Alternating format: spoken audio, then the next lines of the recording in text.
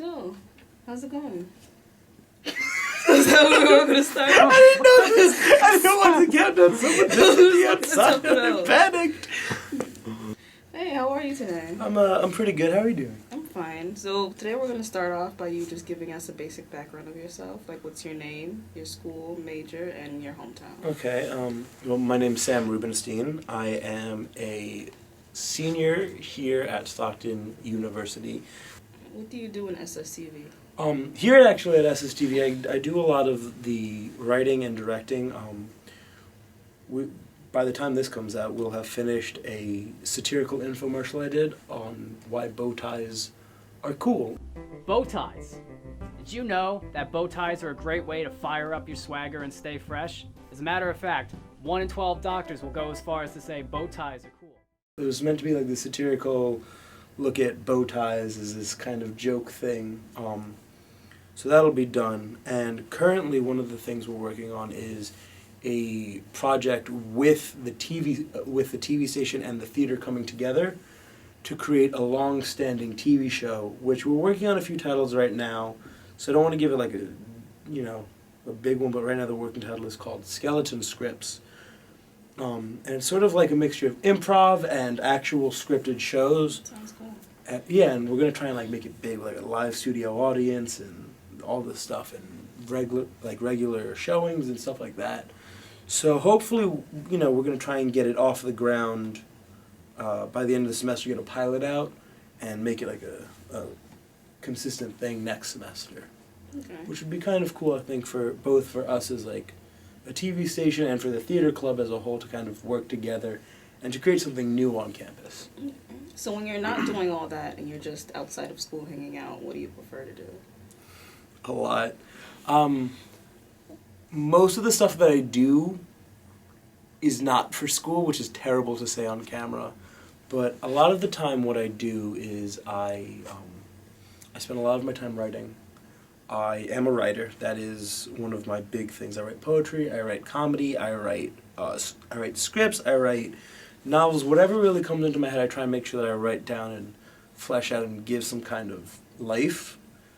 And I'm also a professional stand-up comedian. They tell me that the biggest issue with being a writer is that I'm going to need to get a real job, because otherwise I'll just end up being broke. That is, unless my name's like J.K. Rowling, at which point I could just ride Harry Potter's ass all the way to the bank. Shut up! Shut up! Where I go out and actually perform a lot of the stuff that I write, and I try and fuse comedy and poetry together. I have a one-man show that I currently perform called Trying to Make Friends with People Other Than My Shadow. I think the best way that I can describe it is this weird mixture of drama, comedy, poetry, and awkward silences. I love the title. Thank you very Sounds much. relatable to me. Yeah, and then I'm currently actually writing a new one that can hopefully be ready to show by like next year, because I can't keep doing the same one over and over. That would just get boring after a while. But my goal is that by next year I can have it set up. So it's the new one that I'm working on called Am I Cool Yet? I'm Sam Rubinstein, and I came to tear shit up, so...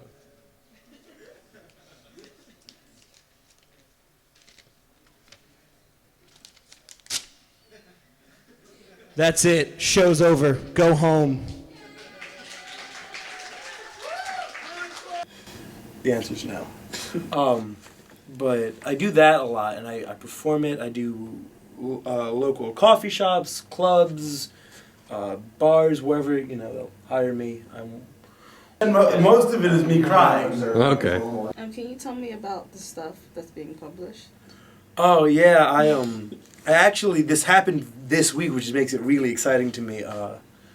Last week I got contacted by one of my friends that works for this small publishing company called Indigent Press.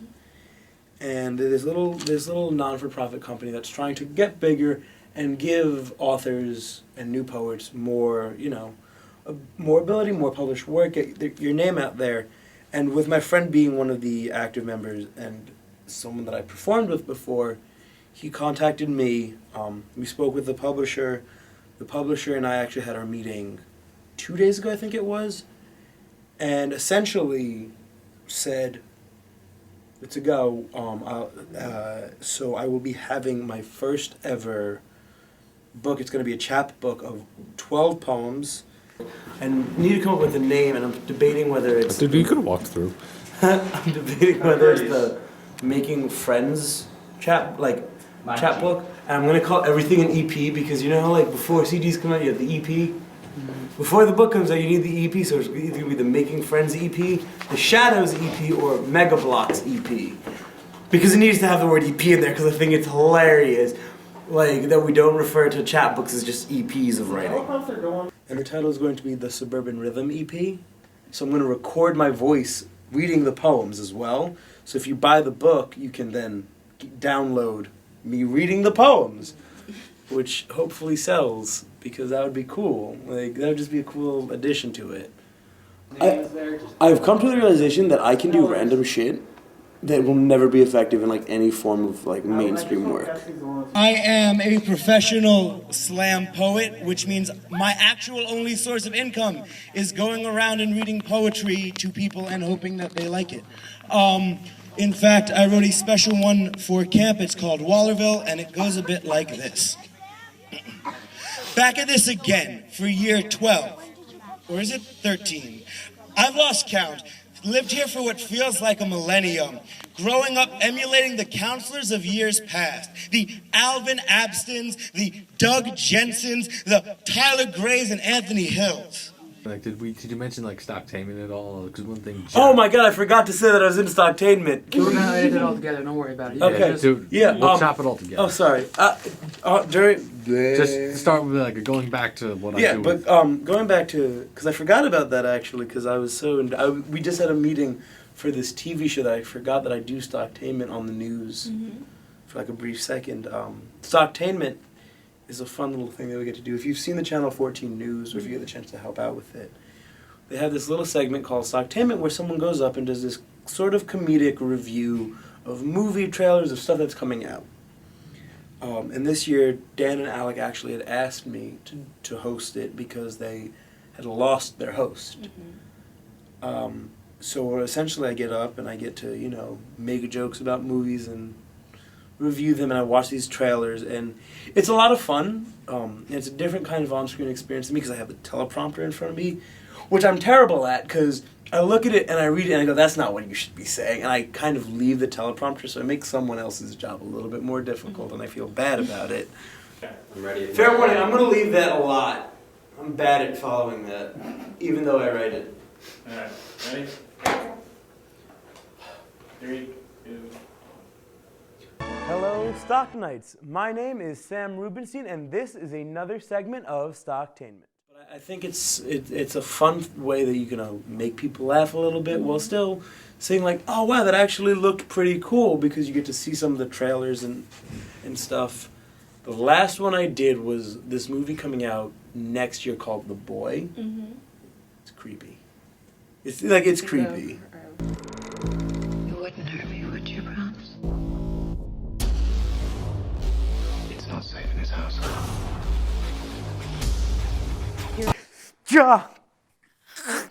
Why? Why do I do this? Why do I keep reviewing scary movies? They're scary. And then the other, just to try and as a joke, I was like, to make this better, I'm going to do a kids movie, something happy. They're making an Angry Birds movie now. I don't know if you know that. Angry Birds. All right, this is just a reminder to any gaming companies that may be watching this. Unless your game is a classic, don't make a movie for it. It's a poor idea, mainly because it'll come out way too late, like 4 or 5 years, way too late. And what is your drive for all this? Like, what gets you going, and what's your philosophy on life? My philosophy on life is that it's better to be happy than it is to be miserable. I mean, I suffer from depression. I have anxiety. I have ADHD, and I live my life unmedicated. I think that for me, it's better to experience everything, and it's not saying that you should live unmedicated. It's that that's what I'm doing, and with that mentality, I think that a lot of times people get so caught up in the small, mundane things, and let it get to them over and over again, that we get in these ruts of just being sad. And when you get sad, nothing happens. You don't do anything. Nothing changes. You just stay sad. So what I like to do is I like to be happy. I like to make sure other people are happy. I like that if I can do something small to make your day a little bit better, then I've done something that day, and I can be happy with what I've done. And I'm equipped to walk down the street singing do-a-did-a-did-a-dum-did-a-do.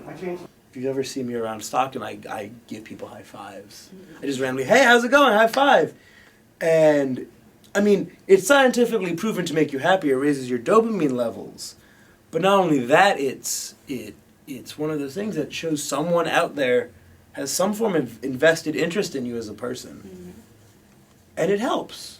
It absolutely helps. It helps me feel good. And it's one of those pay it forward things and if I could do that, if you could do that one thing, why not? It doesn't take that much work to make someone's life better. It takes a lot more work to make someone's life miserable, in my opinion. Sure. So, that's what drives me, is the idea of thinking that you can make a positive difference in the world. Even if it's small, you can do something. You can make someone feel better about themselves. You can help them in some way, shape, or form. So, that's that. I don't know what else. From there, if I can do well on that, I'm gonna then use my 15 minutes thing and be like, hey, I wrote a script. Here's a script, and they'll be like, wow, this is a good script, and then they're gonna make the script into a movie.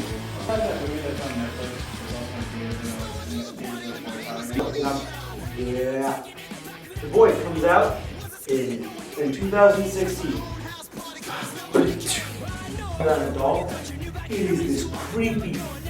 Loud and clear. No, they don't have a mic. Which means up there. Here's Mike, he's right here. Ha! Get it? Because his name is also Mike. I kind of want to set this up. And I'm going to do air quotes, and I'm like, you know what? Talk about it. This is what we're recording. This is when we start recording. Just gotta, as long as I'm like not doing it. I'm just kind of standing here.